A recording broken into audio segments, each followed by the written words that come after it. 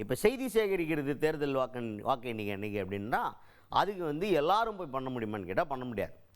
உதாரணத்துக்கு சார் நான் ஒரு யூடியூபர், நான் வந்து எத்தனை அக்கௌண்டிங்னு சொல்லிட்டு போகிறத லைவ் எடுக்க போகிறேன் அப்படின்னு சொல்லிட்டு அங்கே போய் நான் எலெக்ஷன் கமிஷன் கழுத்தாம்பட்டையோட சேர்த்து அடித்து வெளியே அனுப்பிச்சுப்பேன். ஏன்னா அதுக்குன்னு தனி பாஸ் இருக்குது.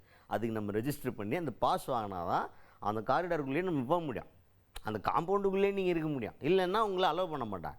ஸோ இந்த மாதிரி செய்தியாளர்களுக்குன்னு கண்டிப்பாக செய்தி சேகரிக்கிறதுக்கு தனியாக ஒரு பாஸ் ஒன்று இப்போ வழங்கிட்டு இருக்கிறாங்க. இது யார் வழங்குவாங்க அப்படின்னு பார்த்தீங்கன்னா மாவட்ட ஆட்சியர் இருக்கார்ல ஒவ்வொரு மாவட்டத்துக்கும், அவங்க வந்து தேர்தல் அதிகாரியாக இருப்பாங்க, அவங்க மூலமாக இந்த பாஸ் கொடுத்துட்ருக்காங்க. இதில் இப்போ ஒரு முறைகேடு நடந்திருக்கிறதா ஒருத்தர் குற்றச்சாட்டு வச்சுருக்கார். யார் அவர்? அதிமுகவை சேர்ந்த வழக்கறிஞர் இன்பதுரை அவர் தான். அவர் என்ன பண்ணியிருக்காருன்னா எலெக்ஷன் கமிஷனில் போயிட்டு ஒரு மனு கொடுத்துருக்காரு. அந்த மனுவில் என்ன சொல்கிறாரு, செய்தியாளர்கள்ன்ற போர்வையில் திமுக ஐடிவிங்க சார்ந்தவங்களுக்கு செய்தியாளர்களுக்கான அடையாள அட்டை வழங்கப்பட்டிருக்கிறதா எங்களுக்கு தகவல் வந்திருக்கு. இதனால் அவங்க வாக்கு எண்ணிக்கை மையத்துக்குள்ளே பூந்து வாக்கு எண்ணிக்கையில் என்ன மேனிப்புலேஷன் வேணால் பண்ணிடலாம், அதனால் அந்த அச்சம் இருக்கிறதுனால நாங்கள் இந்த மனுவை கொடுக்குறோன்னு சொல்லியிருக்காரு.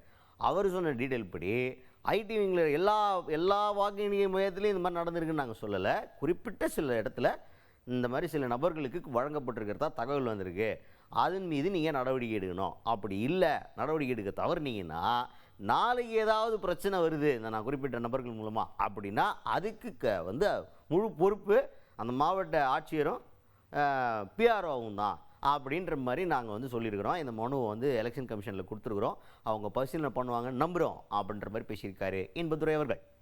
நாளை நடைபெற இருக்கும் வாக்கு எண்ணிக்கை கிட்டத்தட்ட 65 இடங்களில் தமிழ்நாடு முழுவதும் 65 இடங்களில் வாக்கு எண்ணப்படுகிறது.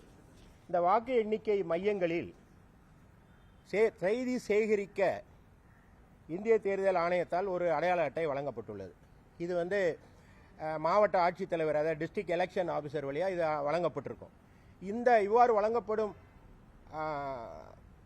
அந்த அடையாள அட்டையை திராவிட முன்னேற்றக் கழகத்தைச் சேர்ந்த ஐடி விங்கை சேர்ந்தவர்கள் சிலருக்கு வழங்கப்பட்டிருப்பதாக ஒரு புகார், அதுக்கு ஆதாரமாக வச்சிருக்கோம்.